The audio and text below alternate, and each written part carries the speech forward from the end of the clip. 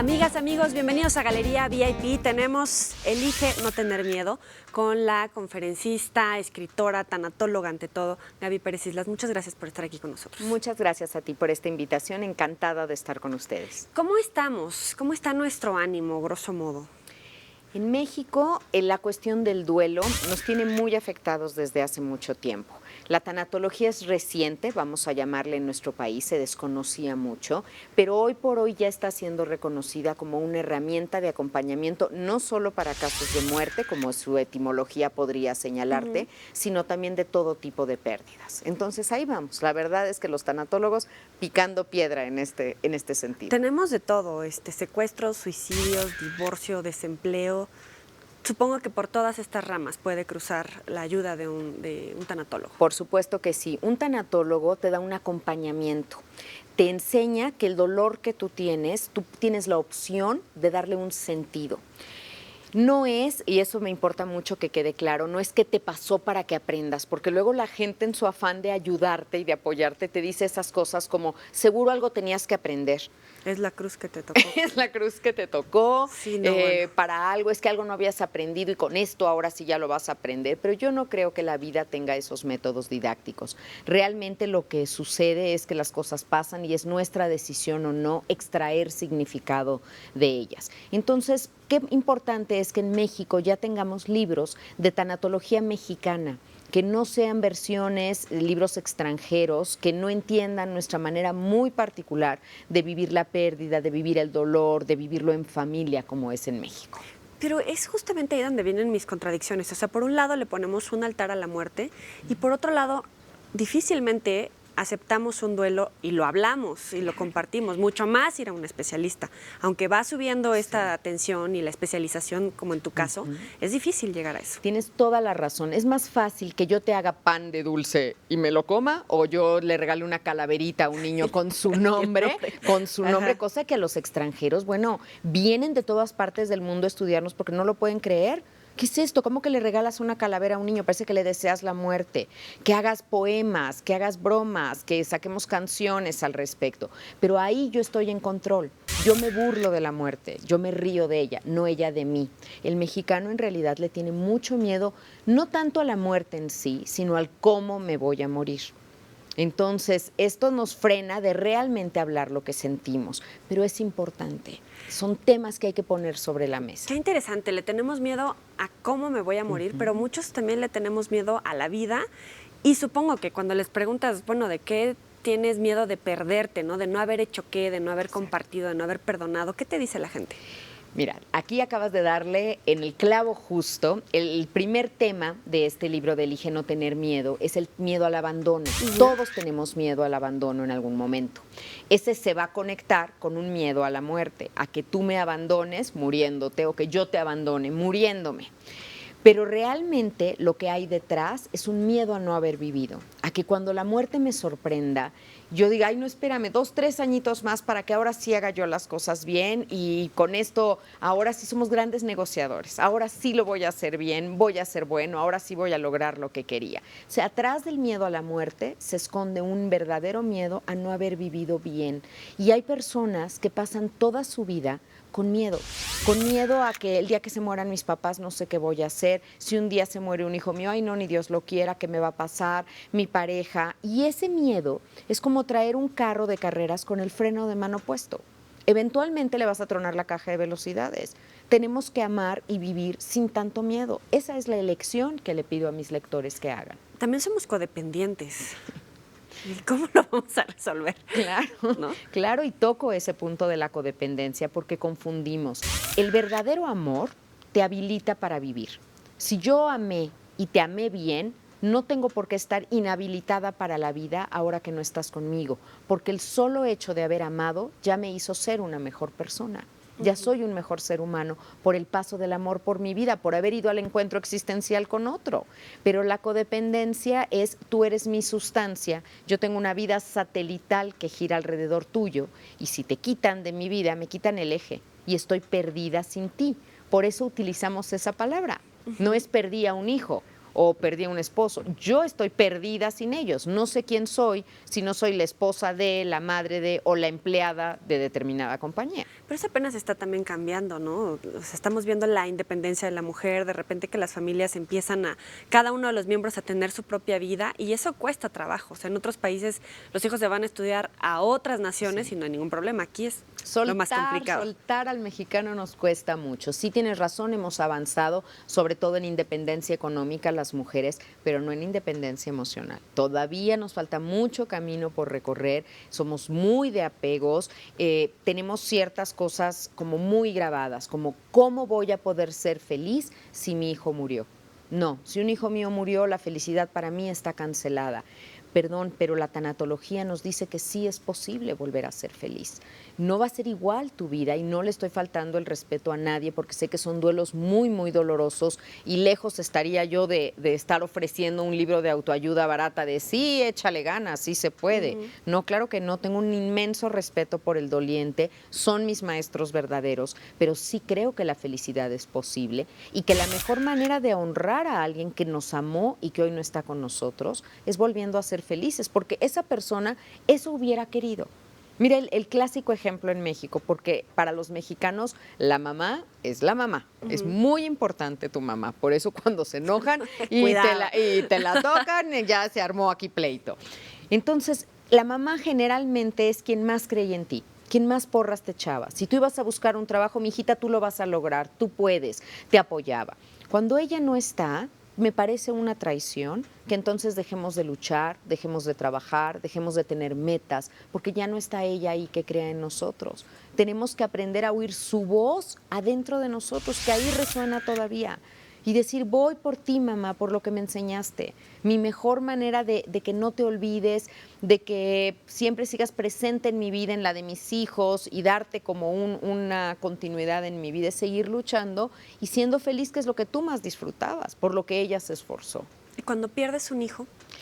La pérdida de un hijo merecía un libro aparte. Yo en mi libro anterior, Cómo curar un corazón roto, hablaba yo de muchos duelos, pero ese tema no lo toqué. Y el lector me decía, ¿pero por qué? ¿Por qué no hablaste de esto?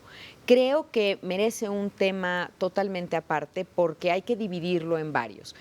El hijo que no ha nacido, el hijo que no ha venido al mundo, porque también es un duelo y una pérdida, algo que yo deseaba y nunca obtuve. Y hay muchas mujeres y muchos hombres que deseaban ser padres o madres y no lo han conseguido. Y aunque pareciera un duelo ilegítimo, porque nadie te va a apapachar por eso, es un dolor que se vive de manera muy profunda. El hijo no nato, el hijo que muere en edades muy tempranas, el bebé, el niño, que entonces con él se mueren como muchas posibilidades. Yo tenía planes, yo tenía ilusiones, yo quería jugar contigo, quería verte crecer, ya estaba planeando a qué universidad te iba a mandar y la vida ya no me dio tiempo. Imagínate el enojo que esto genera. ¿Pero cómo lo explicas? ¿Cómo tratas de decirle a la gente justo esto? O sea, no es que tuvieras que aprender una lección, tienes que seguir, pero en ese lapso, ¿cómo digieres todo este dolor y empiezas nuevamente? Mira, lo primero es que sí lo vivas tu dolor. Si la gente te empieza a decir, mira, Dios sabe lo que hace, pues ya está mejor, ya dejó de sufrir, y todos estos argumentos para convencer a la mente de que lo que pasó está bien, desoyen al corazón. El acompañamiento tanatológico es justamente tomarte la mano del corazón e ir contigo, validar lo que estás sintiendo, pero saber que tienes que seguir adelante porque tu destino no se ha terminado, no se ha cumplido. Si tu destino hubiera sido morirte con tu hijo, los dos hubieran ido juntos en el mismo carro o te hubiera dado la misma enfermedad o hubiera sucedido el mismo accidente. Si tú te quedaste es por algo. Todavía tienes que cumplir algo y tienes que oír. Tú me preguntas y te veo la pasión en la pregunta porque claro que el tema lo despierta. Tienes que oír el mensaje que esa persona, que ese hijo vino a traer a tu vida. El paso de un hijo por nuestra vida es siempre un mensaje de amor, no de dolor. Y si al final de cuentas con lo que me quedo de ti, de haberte conocido, es el dolor, es que no entendí el mensaje que traías. Tu mensaje era un mensaje de amor, de venir a decirme, como decía Elizabeth Kubler-Ross, la madre de la tanatología, esta doctora suiza, decía, hay flores que tardan 1 año en germinar que están abajo de la tierra. Al fin salen, ven la luz del sol, viven un día y mueren. ¿Para qué tanto? ¿Para qué tanto esperar, tanto germinar para solo un día? O sea, porque traen una misión muy grande. Ellas vienen a recordarte que la primavera existe. Justamente eso es lo que un hijo viene a traernos como señal, como mensaje, no el dolor. Hay muchos que se quedan obviamente en esta culpa, en a quién echársela, a quién reclamarle, y entonces es: Dios, ¿por qué me lo quitaste? ¿Qué estoy pagando? ¿Qué hice para merecer esto? Y esa culpa también consigo mismos, de repente, ¿por qué lo dejé ir? ¿Por qué no estuve con él, con ella, etcétera? Mira, en la muerte de un hijo, los padres sentimos que nuestra misión en la vida era cuidar a nuestros hijos y que si algo les pasó, no importa la edad que tengan, algo hice mal, fallé. Fallé porque yo debía de haberte cuidado. Esta es una culpa irracional, porque no es cierto. Nosotros los cuidamos hasta donde podemos, hasta donde nos dan las alas, y después tenemos que decirles adiós, que significa justo eso: te dejo a Dios para que Dios te cuide, porque yo ya no puedo a donde tú estás. Pero siempre te va a quedar hubiera, debidé, y con esa culpa es una de las trampas del proceso de duelo y hay que superar. La culpa y el enojo son dos ligas transparentes que te pueden dejar amarrado a ese proceso por años. Entonces sí es importante, sí considero que un duelo, para que sea sano y para poder salir avante de él, necesita este acompañamiento cuando la muerte de un hijo ha sido una muerte violenta, una muerte inesperada, una muerte repentina, un suicidio que tiene su muy complicado proceso de llevarse, un secuestro. Creo que sí necesitas una mano amiga, que sea un barandal del que te puedas asir, y a la vez un empujoncito cariñoso para que regreses a las vías de tu vida. Miren, este libro está dividido en 6 capítulos. Ya abordamos, grosso modo, miedo al abandono, el miedo a la muerte de un hijo o una hija, y el suicidio, que en nuestro país comienza a subir cada año con más intensidad. Si te digo una cifra, es como para levantarnos los cabellos a todos. De 1990 a la fecha, el suicidio en México se ha incrementado en un 650%. Es impresionante. ¿Qué está pasando? Que estamos muy preocupados los papás. ¿Cuáles son los 2 grupos de riesgo principales para decirte qué está pasando? Los jóvenes, cada vez más jóvenes, porque estamos hablando de que México ya tiene el primer lugar de suicidio infantil, cosa que no es orgullo que se comparte. No sé por qué estamos tan empeñados en los primeros lugares más vergonzosos del planeta, pero es ese grupo de jóvenes y también los adultos mayores, las personas jubiladas. ¿Qué les pasa a estos 2 grupos que se están moviendo en la desesperanza? Los jóvenes no oyen en casa más que está muy difícil la situación, cada vez vamos a peor, no pueden entrar a las universidades, no hay acceso, no hay suficientes espacios para que estén, no hay empleo. Entonces tenemos una visión negativa aunada a un vacío existencial que tiene nuestra juventud y nuestros adultos mayores. Ya recorrimos tanto el camino de tener y tener y tener que se nos olvidó el ser. Y ya no sé cuál es mi misión y no sé descubrirle el sentido a las cosas que me pasan. Y simplemente quiero dejar de sufrir. Pero para dejar de sufrir no necesitas morirte. Es una puerta falsa que abren, que alguien la abrió para ti, que supiste de un compañero de la escuela, que lo oíste en las noticias de alguien y crees que puede ser para ti un camino, pero no lo es. Es un camino lleno de dolor que deja una estela durísima, un duelo muy complicado del cual también se puede salir adelante. Es que hago énfasis en esto porque tenemos que movernos en la esperanza y yo creo que la felicidad es posible a pesar de las circunstancias. Esto es logoterapia, finalmente. Gaby Pérez Islas, vamos a hacer una pequeña pausa. ¿Te pueden seguir en Facebook, Twitter? Por supuesto, en Twitter, Gaby Tanatóloga, Facebook, Gaby Pérez Tanatóloga. Ahí estoy a sus órdenes. Me responsabilizo de todo lo que se mueva con la lectura de este libro. Ya volvemos, no le cambien.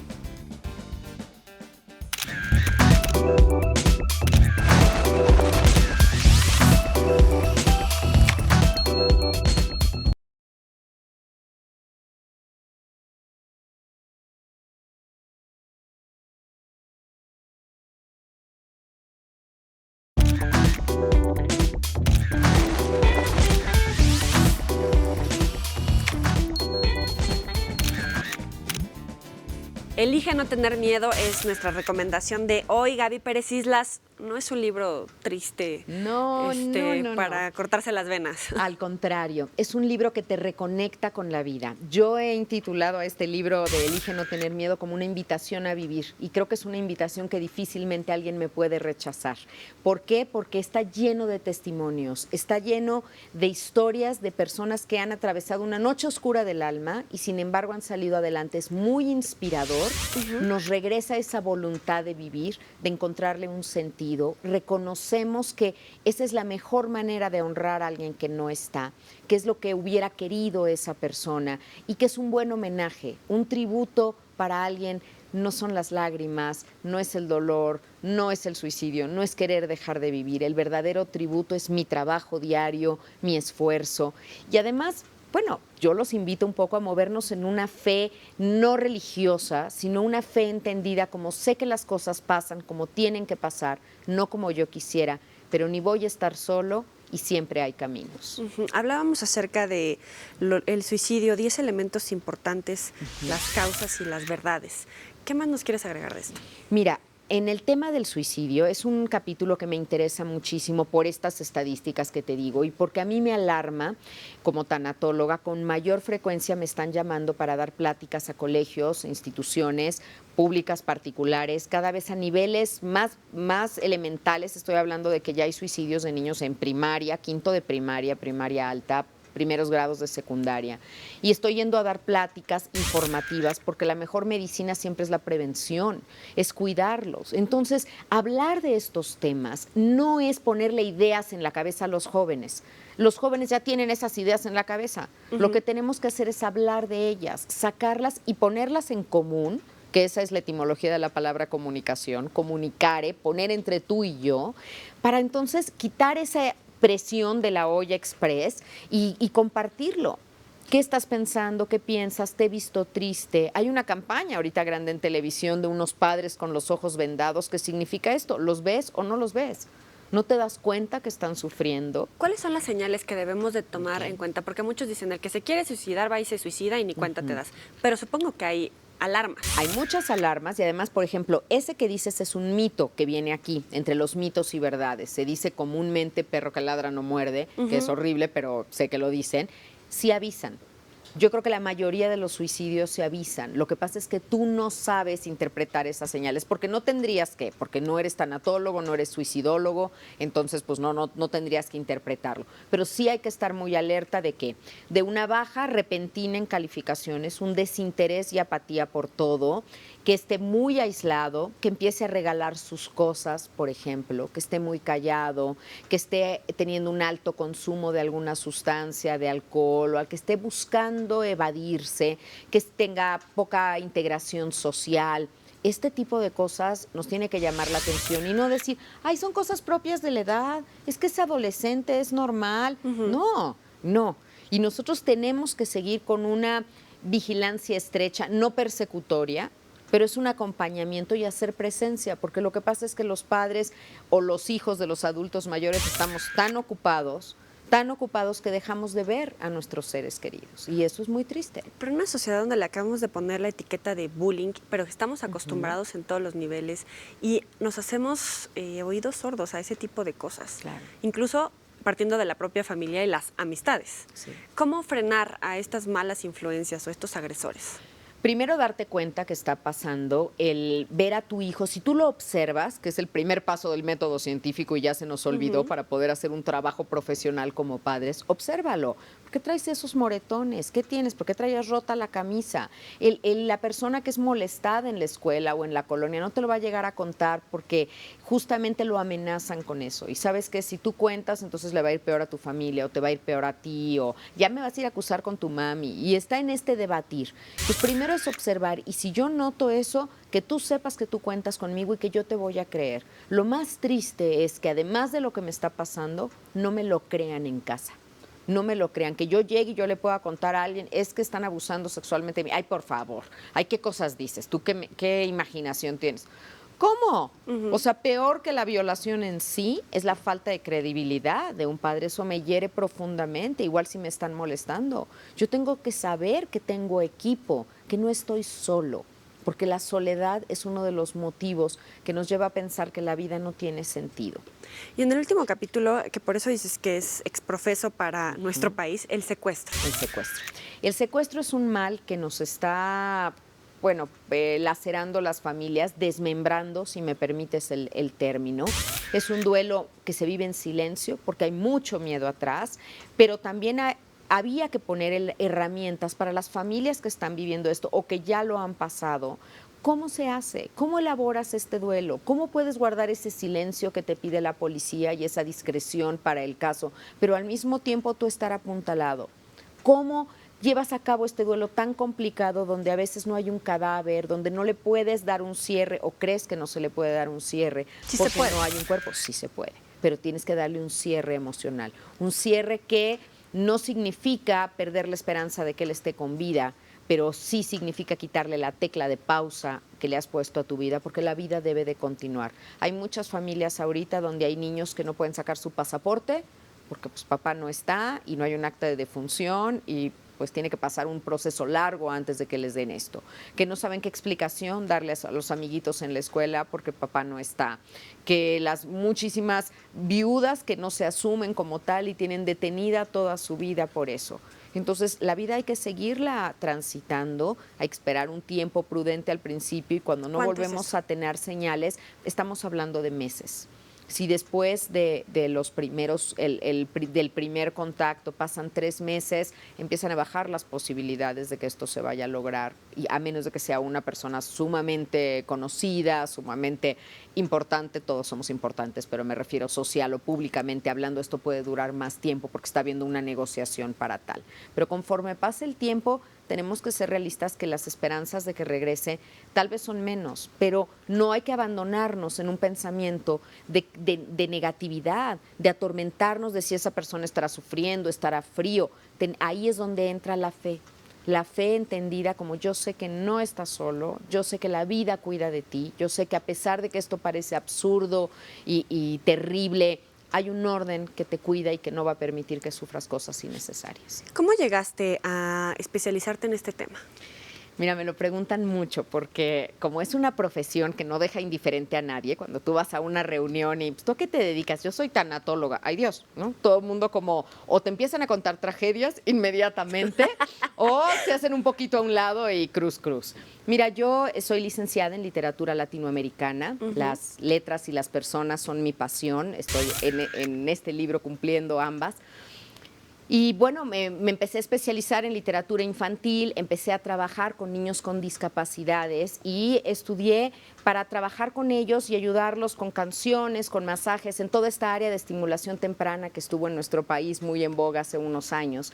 Y de ahí un día de repente dije, a ver, a los niños que no son este hijo perfecto que pongo entre comillas con el que todos soñamos, pues los ayudamos con estos masajes, canciones, terapias. ¿Y a los padres? ¿Quién ayuda a los padres de estos niños a enfrentar el duelo tan terrible que es que te digan que tu hijo tiene algo, que va a depender de ti, que no va a tener un desarrollo normal? Ahí fue mi interés y busqué hacerlo de una manera profesional, estudiando una maestría en la Facultad de Medicina de la UNAM, en conjunción con el Instituto Mexicano de Tanatología, que es mi alma mater, para poder hacerlo a este nivel de maestría. Y de ahí empieza uno con este campo y bueno, es una especialidad tras otra. Cada familia te va pidiendo algo distinto. Ahorita estoy cursando otra especialidad en suicidología también. Existe esta especialidad, la gente no lo sabe. Y uno de los problemas es que cuando alguien tiene ideación suicida, lo mandan a un psicólogo. Y lo ideal es que vaya con un tanatólogo, con un suicidólogo, con alguien que pueda detectar el riesgo suicida, el nivel de riesgo suicida y tratarlo en consecuencia. Eso es muy, muy importante porque si no los pacientes se les van de las manos. ¿Tuviste alguna pérdida que si hubieras tenido este libro te hubiera ayudado muchísimo? Sí, muchas, muchas. Yo creo y la dedicatoria de este libro así lo indica. Yo ofrezco este libro y mi trabajo todos los días a mis propias pérdidas personales. Creo que ellas me han enseñado de qué estoy hecha. Afloraron mi vocación de ser una persona feliz, de decirle sí a la vida bajo cualquier circunstancia y me hubiera gustado. Y me gustaba, tengo 13 años ejerciendo la tanatología y cuando yo veía a un paciente decía, Yo lo veo un rato y me voy y sé que viene la noche y la noche es la peor parte cuando uno está sufriendo. Me daban ganas de quedarme en su buró, de quedarme ahí con él y ya lo logré. Ya lo logré por medio de este libro, de este tanatólogo de buró, junto con Cómo curar un corazón roto, mi primer libro, que te pueden acompañar, que es una guía amorosa. No estoy descubriendo el hilo negro, no escribí estos libros para que dijeran, ¡ay, qué bárbaro, qué preparada es! El mejor piropo que he tenido de mis libros es, este libro sí me entiende. Y eso para mí es el mejor pago del mundo. Vamos a la sección de los 7 pecados. Te voy diciendo cada uno, me dices lo que se te ocurra. Perfecto.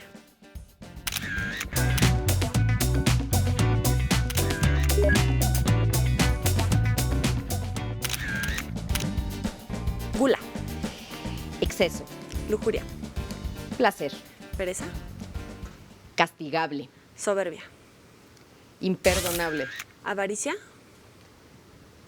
común, muy común, envidia, falta de autoestima, ira. etapa en un proceso de duelo. Para ti, ¿qué significa la alegría de vivir? La alegría de vivir significa ser agradecido, significa entender que la vida es un regalo, que un regalo te lo dan y no lo, gracias, y lo avientas. Pues no, claro que no. Muchas gracias, lo abres, lo desenvuelves, te lo pones, lo estrenas. Para mí eso es la vida, es un regalo. Y lejos de que esta profesión para mí sea triste o deprimente, me tiene comprometida al 100 con la vida, andando mi pulso vital. Porque esta es la alegría, eso es parte de lo que yo tengo y que puedo compartirle a mis pacientes. Gaby Pérez Islas, muchas gracias por estar aquí con Al nosotros. contrario, Señora Miri. muchísimas gracias, gracias a todos. Y bueno, como Gaby Tanatóloga, ahí estoy en redes sociales para todos ustedes. Elijan no tener miedo, nuestra recomendación, léanlo ya. Nos vemos la próxima, pásenla bien.